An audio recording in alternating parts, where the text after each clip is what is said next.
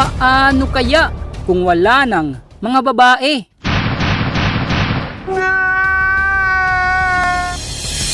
Ano kaya ang mangyayari? Mabubuhay pa kaya ang sangkatauhan? Ano kaya ang mga nakakaluha at nakakagimbal na mangyayari sa mundo?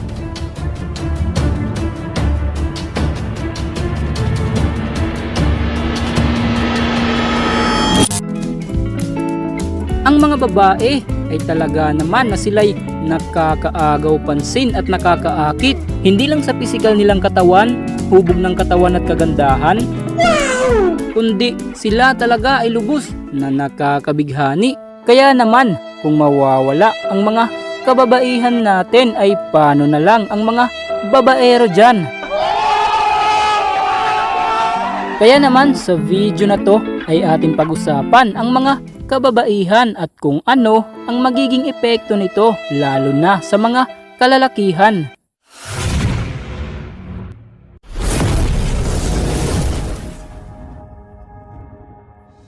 Ang mga tao ay labis na mas masaya kapag may kapareha. Ang mundong ito ay palaging mangangailangan ng lalaki at babae upang sumulong.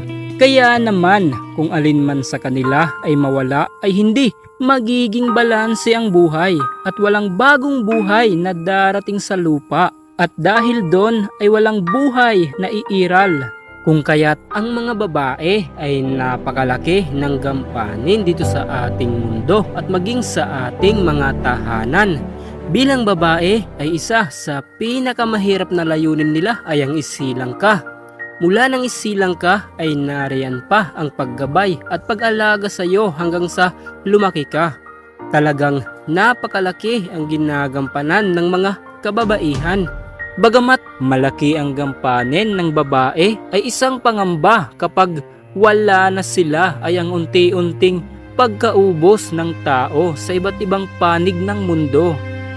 Sa daraan ng mga taon ay bababa ng husto ang bilang ng buhay. Sa ganitong sitwasyon ay kakailanganin natin ng babae upang magpatuloy ang buhay. Kaya naman kung mabubura ang imahe ng mga babae sa mundo ay isang napakalaking kawalan to lalo na sa mga magpakibabae. Kapag ganito ang mangyari na wala ng mga babae ay siguradong abot tenga ang ngiti ng mga bakla sapagkat masusulo na nila ang mga kalalakihan. Sa puntong ito ay mapipilitan ang mga lalaki na makipagharutan sa mga bakla. Talaga naman na napakaswerte ng mga bakla kapag wala ng mga babae. Serious? Sa ganitong estado ng pamumuhay na wala ng mga babae ay isang napakalaking suntok sa buwan ang dadanasin ng mga babaero.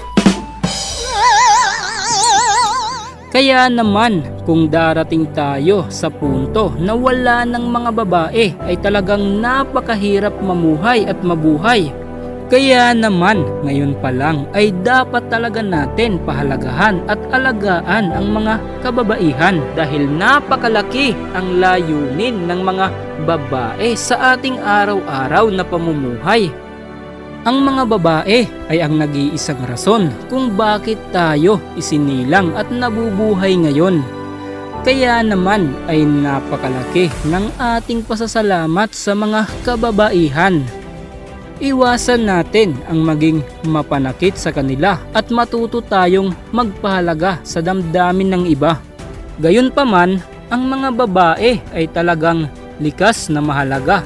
Hindi lang sa laki ng ginagampanan nila, kundi sila talaga ay likas na kailangan natin sa ating araw-araw na pamumuhay. Ang babae ay talagang tunay na kailangan. Hindi lang ang babae kundi sa lahat ng may buhay dito sa mundo ay mahalaga. Dahil lahat tayong nilikha ay may kanya-kanyang ginagampanan. Ang pagkawala ng mga kababaihan sa ating lipunan ay magdudulot ng hindi kanais-nais na takbo ng buhay at pagkaubos ng buhay sa hinaharap.